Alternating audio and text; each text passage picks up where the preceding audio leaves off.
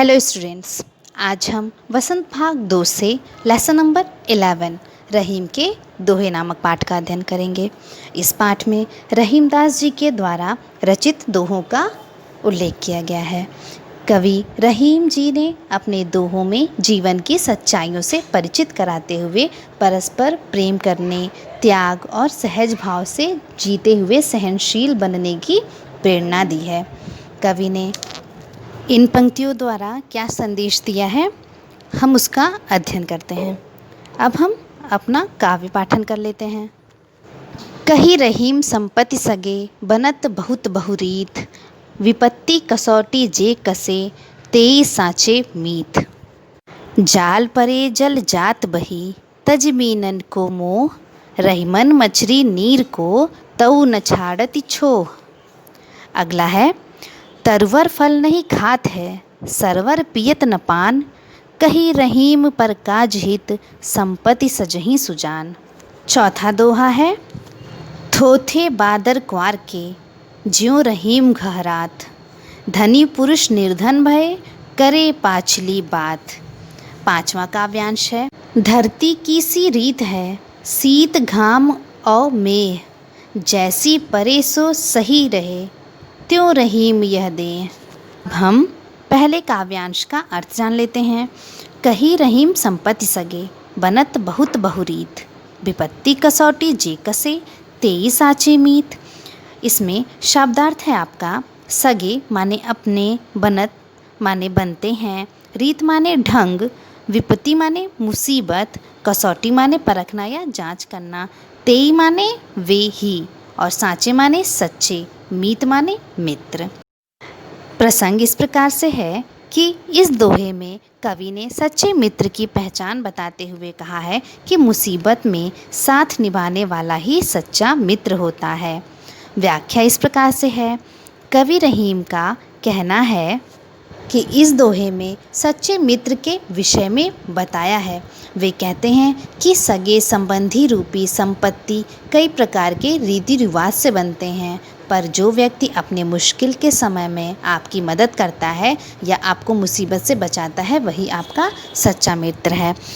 कहने का आशय है कि जब किसी भी व्यक्ति के पास धन दौलत होती है, तब तक कुछ स्वार्थी लोग तरह तरह के उपाय अपनाकर आपका मित्र बनने की कोशिश करते हैं। ये लोग सच्चे मित्र नहीं होते हैं। मुसीबत की कसौटी पर जो खरे उतरते हैं, अर्थात मुसीबत में साथ देने वाले ही हमारे सच्चे मित्र कहलाते हैं।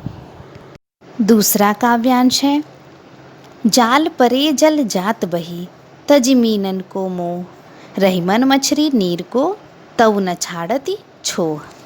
शब्दों के अर्थ इस प्रकार से हैं, बही माने बहना, तज माने त्यागना, मीनन माने मछलियाँ, मोह माने प्रेम, छाड़ती माने छोड़ना, और छोह माने प्रेम। इस दोहे के प्रसंग में कवि ने मछली द्वारा जल के साथ एक तरफा प्रेम करने तथा जल की स्वार्थपरकता का वर्णन किया है, यानी कि जल के स्वार्थी होने का वर्णन किया है। व्याख्या इस प्रकार से है, रहीमदास के इस दोहे में उन्होंने सच्चे प्रेम के बारे में बताया है। उनके अनुसार जब नदी में मछली पकड़ने के लिए जाल डालकर बाहर निकाला जाता है, तो जल तो उसी समय बाहर निकल जाता है, उसे मछली से कोई प्रेम नहीं होता, मगर मछली पानी के प्रेम को भूल नहीं पाती और उसी के वियोग में प्राण त्याग देती है।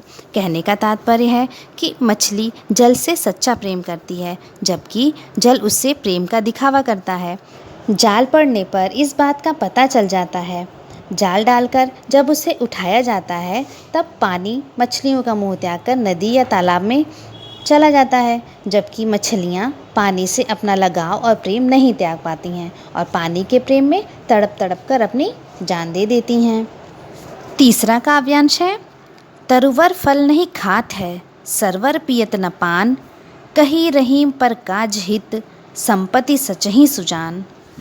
शब्दों के अर्थ हैं, तरवर माने पेड़, सरवर यानी तालाब, प्रकाश माने दूसरों के काम, हित यानी भलाई, सजही यानी एकत्र करना, और सुजान माने अच्छे लोग। इस प्रसंग में कवि ने प्रकृति और सज्जनों के कार्य व्यवहार के माध्यम से परोपकार करने की प्रेरणा दी है।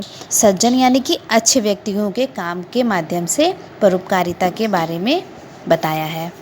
रहीमदास जी इन पंक्तियों में कहते हैं कि जिस प्रकार पेड़ अपने ऊपर लगे हुए फल को कभी नहीं खाते हैं, तालाब अपने अंदर जमा किए हुए पानी को कभी नहीं पीता है, उसी प्रकार सज्जन व्यक्ति या परोपकारी व्यक्ति भी अपने एकत्र की हुई धन संपत्ति को दूसरों की भलाई में लगा देते हैं, स्वयं उसका उपभोग नहीं करते हैं।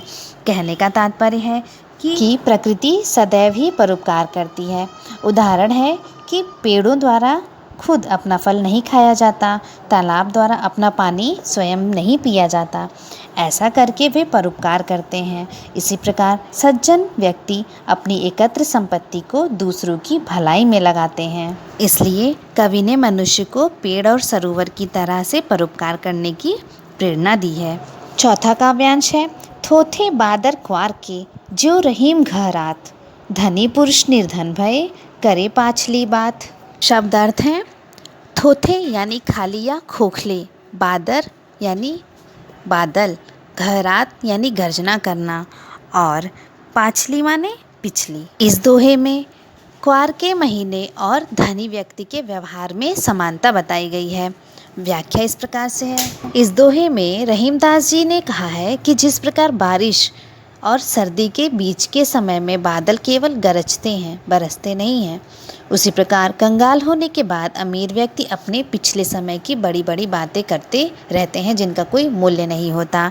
यहाँ पर क्वार का महीना उसे कहते हैं जो वर्षा ऋतु के बाद आता है और जो हिंदू कैलेंडर होता है उसका 7वां मंथ हमारा क्वार का महीना कहलाता है। कहने का तात्पर्य है कि क्वार के महीने के बादलों में पानी नहीं होता है, वे सिर्फ गरजते रहते हैं। उसी प्रकार से धनी व्यक्ति जब गरीब हो जाता है तब वे बार बार अपनी अमीरी का बखान करते फिरते हैं और अपनी पिछली बातें भूल नहीं पाते, जिसका हमारे जीवन में कोई महत्व नहीं होता, उसका कोई मूल्य नहीं होता। अगला काव्यांश है धरती की सी रीत है शीत घाम और मेह, जैसी परे सो सही रहे त्यों रहीम यह दे। शब्दार्थ इस प्रकार से हैं रीत यानी कि नियम, यहाँ पर इसे ट्रेडिशन से लिया जाएगा तो इसलिए यहाँ पे नियम कहा गया है।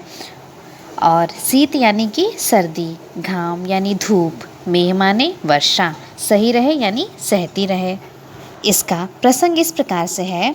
इस दोहे में धरती के उदाहरण के माध्यम से मनुष्य को सहनशील बनने की प्रेरणा दी गई है। व्याख्या इस प्रकार से है रहीमदास जी ने अपने इस दोहे में मनुष्य के शरीर की सहनशीलता के बारे में बताया है। वे कहते हैं कि मनुष्य के शरीर की सहन शक्ति बिल्कुल इस धरती के समान ही है। जिस तरह धरती सर्दी, गर्मी, बरसात आदि सभी मौसम झेल लेती है, ठीक उसी तरह हमारा शरीर भी जीवन के सुख दुख रूपी हर मौसम को सहन कर लेता है। कहने का तात्पर्य है कि धरती का यह नियम है कि वह सर्दी, गर्मी और बरसात को समान रूप से सहती है। वह सर्दी, गर्मी और बरसात से होने वाली कठिनाइयों की शिकायत नहीं करती। उसी तरह मनुष्य को समझना चाहिए कि यह शरीर जीवन में आने वाले दुख सुख को समान रूप से सहन करता रहे। इस दोहे में मनुष्य को धरती की तरह सहनशील बनने के लिए प्रेरित किया गया है। इस पाठ के सभी दोहों का हमने अध्ययन कर लिया है। रहीमदास जी के इन दोहों में हमें जीवन की सच्चाइयों से परिचित कराते हुए परस्पर प्रेम व त्याग की भावना अपने अंदर विकसित करने चाहिए का संदेश देते हैं। कवि पहले दोहे में बताते हैं कि सच्चे मित्र के लक्षण होते हैं कि वह विपत्ति में साथ देने वाला हो, वही सच्चा मित्र है। दूसरे दोहे में कवि ने मछलियों की तरह अनन्य प्रेम करने की सीख दी है। हमें पानी की तरह अवसरवादी नहीं होना चाहिए। तीसरे दोहे में कवि ने मनुष्य को पेड़ों और सरोवरों की तरह परोपकार करने की प्रेरणा दी है। चौथे दोहे में कवि ने वर्तमान की सच्चाइयों को अपनाने तथा पिछली बातें भूलने की सीख दी है। और अंतिम दोहे में कवि ने धरती की तरह सहनशील बनने की सीख दी है, जिससे हमारी सहन शक्ति बढ़े। पाठ से संबंधित कुछ प्रश्नों के उत्तर इस प्रकार से हैं। क्वेश्चन नंबर 1, रहीमदास जी ने कैसे मित्रों से सावधान रहने के लिए कहा है? आंसर होगा, रहीम दास जी ने उन मित्रों से सावधान रहने के लिए कहा है जो धन संपत्ति की आशा और लालसा में हमारे मित्र बन जाते हैं। इसलिए हमें स्वार्थी व्यक्तियों तथा कपटी लोगों से दूर रहना चाहिए। क्वेश्चन नंबर 2 है, पानी मछलियों का साथ कब छोड़ जाता है? आंसर है, जब मछलियों पर जाल रूपी संकट आता है तब पानी उनका साथ छोड़ देता है और वे अकेली रह जाती हैं। क्वेश्चन नंबर 3 है, सज्जन व्यक्ति अपनी संपत्ति का उपयोग कैसे करते हैं? आंसर है, सज्जन व्यक्ति अपनी संपत्ति का उपयोग दूसरों का कल्याण करने में लगाते हैं। आज का हमारा होमवर्क है, क्वेश्चन नंबर 1, सच्चे मित्र की पहचान कब होती है? उत्तर होगा, सच्चे मित्र की पहचान उस समय होती है जब व्यक्ति पर संकट आता है। जो लोग इस संकट में साथ निभाते हैं वही सच्चे मित्र होते हैं। क्वेश्चन नंबर 2, जाल किसका प्रतीक है? आंसर होगा, जाल दुखद समय का प्रतीक है। और क्वेश्चन नंबर 3 है, थोथे बादर किस महीने वाले बादलों को कहा गया है?